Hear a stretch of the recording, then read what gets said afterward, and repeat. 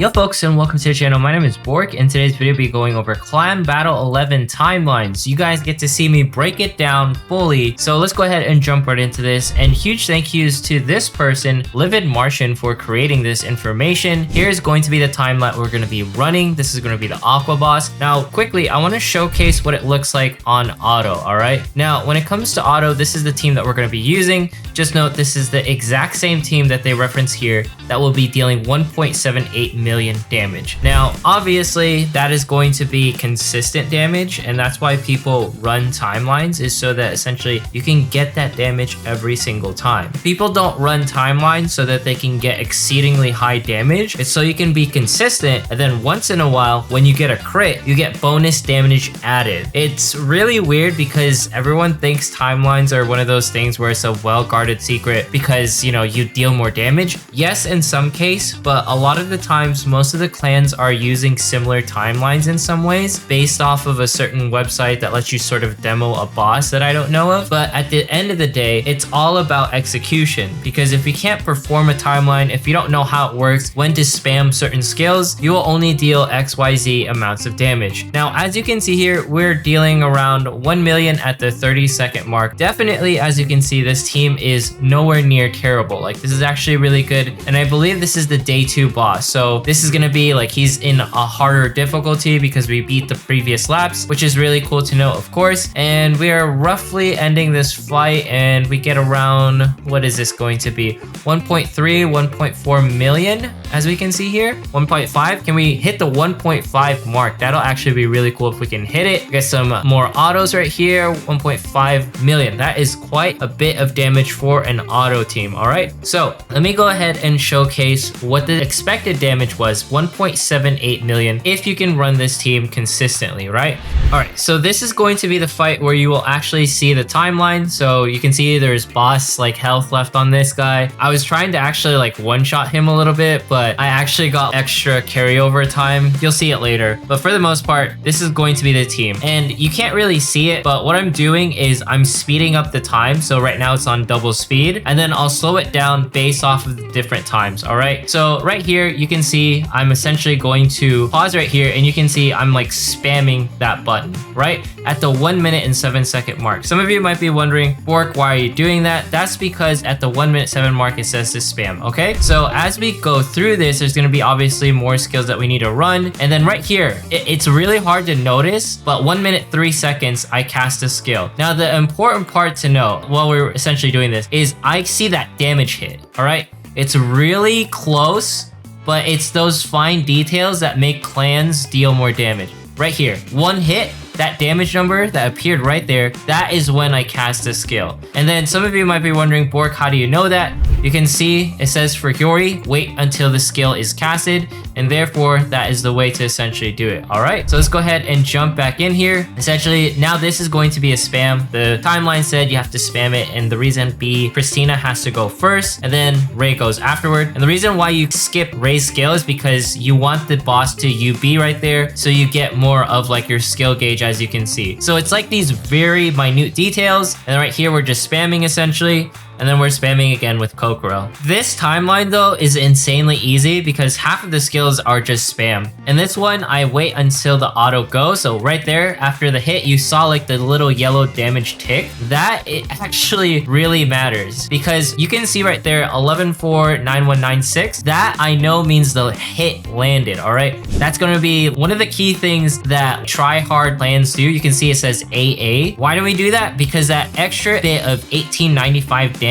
matters, okay? Because that is going to be damage that is going to essentially carry over and be a little bit more of an edge towards like the upcoming fight. You'll see like you fight for infinitesimally small worth of damage. And you can see I casted the skill right there at 38 seconds. This one was like really hard to tell. And it was, the timing is so off. So you can see 41 seconds. And then right here, injection, right there. It was so quick. That one was like so hard to essentially get. Technically, I should have casted the skill right here. As soon as I saw that damage like pop up, that's when I should hit the skill, because those yellow numbers matter so much in the sense of like, hey, did you get the second by second like accuracy in order to cast these skills. This is how crazy it gets, and this is a spam, by the way, in order to get like the top ranks in clan battle. I wish I could have showcased like the amount of effort top clans go to in order to hit top 10, because it's every single detail that you have to pay attention to. When a character hits, like right after attack, you will hit that skill. You can see here, I'm not using Hyori's UB yet because that's not based off of the timeline. And then we are waiting for Christina to go first at the 18-second mark. And what's really important here is that Kokoro gets like the little buff. You can see the little red arrows. That was so important for it to occur. See, those red arrows mean the character got a buff. That's also an indicator for when someone is supposed to cast a skill. You can see right here, Kokoro buff, and that means essentially everyone gets, you know, a little buff in order to cast their skill. It's really weird to pay attention to like these small details where it's like red arrow, yellow damage number, like uptick, but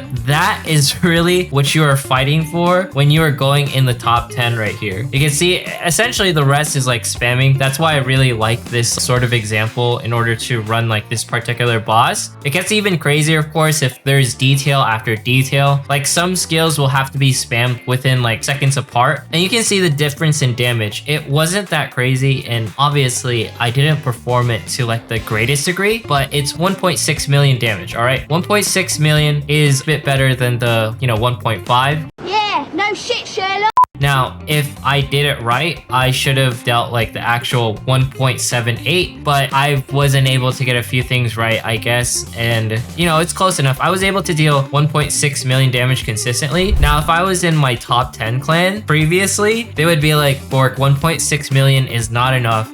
This is not okay, and I would essentially have to figure something out where I run a different team because those units would be used somewhere else. But there's like a lot of different things when it goes into top 10 clans. It's not one of those things where it's like, oh, you missed, you know, an attack, it's okay. No, not just about missing attack. It's about like those in between seconds where you're legit costing everyone damage. All right, so this is a trial. I don't want to do a trial. We're going to go ahead and retreat right here. And because I have carryover time, just so you guys can see it, this is like a clash. I have 44 seconds left. Just note, whenever that occurs, this doesn't mean that damage gets dealt. It just means like whatever HP that got left behind, that is what I'm essentially be doing. Some people go to the effort of timelining clashes, like this moment by moment piece. It is so hard to do just because of the fact that you have to get all of the characters at the right ranks and essentially replicate the scenario. But that's what the lengths that clans will go to in order to hit that top 10 mark. And timelines really change the way you play Princess Connect, because it goes from like casual to like insane sweat fest when you have to pay attention to like, bro, did you hit it after they hit the skill? And also, did you make sure that they were buffed? Because if you miss those things, you're essentially losing out on 9k damage, 10k damage, 100k damage, whatever it is over time. And essentially that will stack. And that is something the top 10 clans cannot essentially afford to do. But anyways, let's go ahead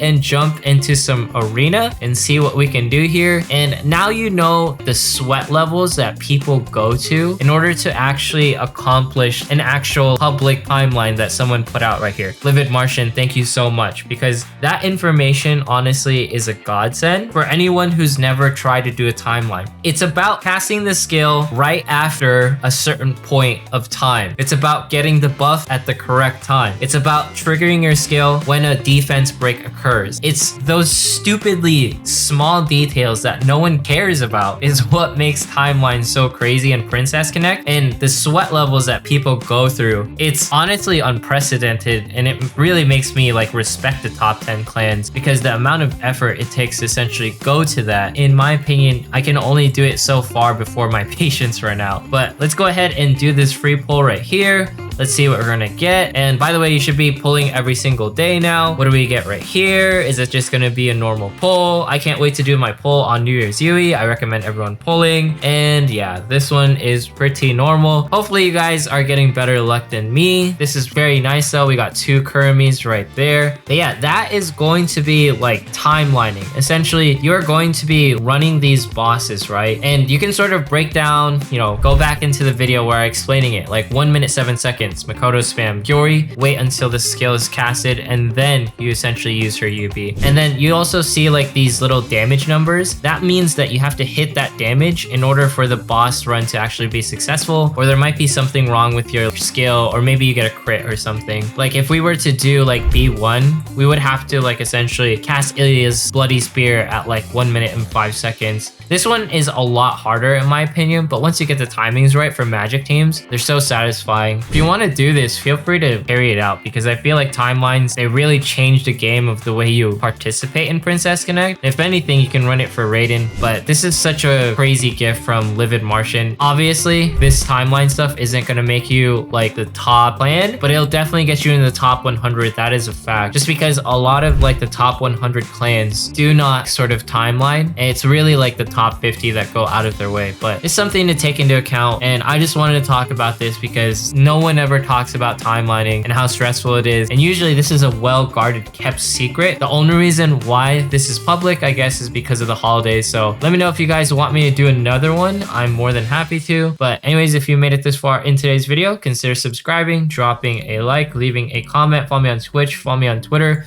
Once we hit 30,000 subs, we're doing a giveaway. Let me know if this helps you out and if you want to do it again, and see you guys in the next one.